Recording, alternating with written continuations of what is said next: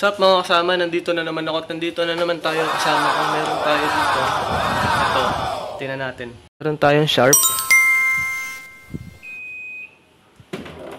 Ayaw daw mag-spin. Check natin. Hanapin natin kung bakit ayaw mag-spin. Sabi ayaw daw mag-drain eh. Tingnan natin. Baklasin natin dito. Bakit ganun? Dito tumunog yung ano niya eh. Hindi humihila.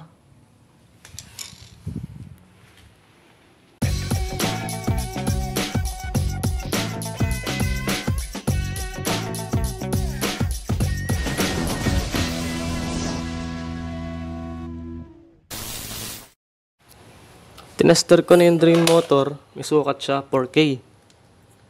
Tapos, para sigurado, lagyan natin yung supply kung hihila.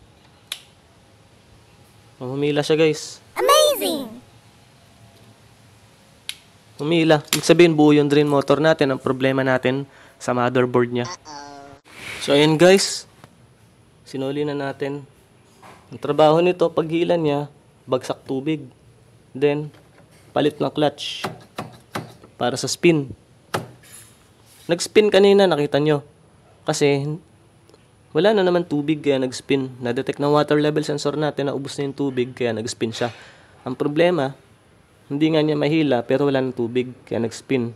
Ang problema, hindi siya gumanon para mag-spin yung tab. Kaya nag-spin sa kanya, pulsator lang. So let's proceed. Doon na tayo sa pinaka mainboard natin. Ayan mga kasama. May ano dito, talop. Pero okay naman. Okay naman. Sa ano to eh, door lid eh. May talop eh.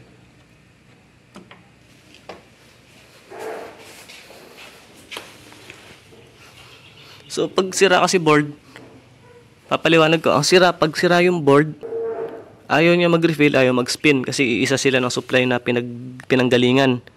Ngayon, yung spin kanina, ang ingay, pag umiikot yung pulsator. Gumaganon. Mga ganun siya, para may sinasabitan. Dito siguro yun. Tanggal kasi, nakalawlaw eh. Dapat naka-cable tight eh.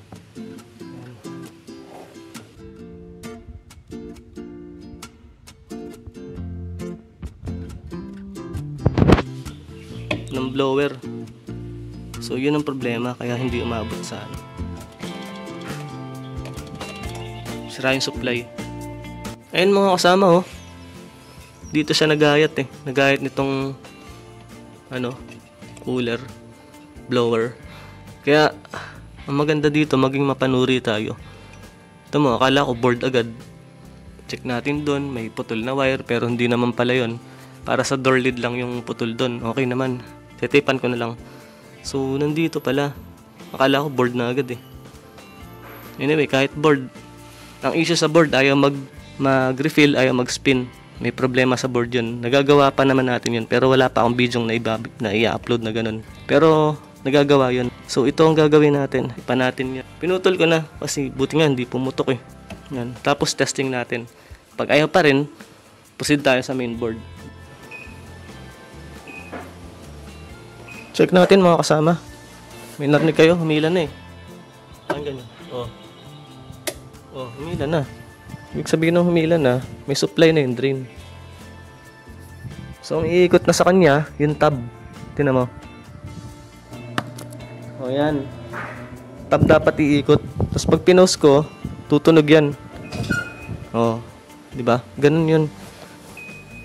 So, okay na to mga kasama. Takpan na natin. So ayan mga kasama, okay na yung unit. 10 tab na umiikot sa kanya. Hindi kagaya kayo na pulsator lang talaga umiikot. So maraming salamat sa mga sumama sa akin ngayon. Dito tayo sa susunod nating lakad. Para kasama ko ulit kayo. Make sure nakasubscribe kayo para may bago tayong matututunan. May bago akong mga ituturo, may bagong mga sira. May bagong labas na unit, may bago tayong aral. So yun lang mga kasama. Thank you.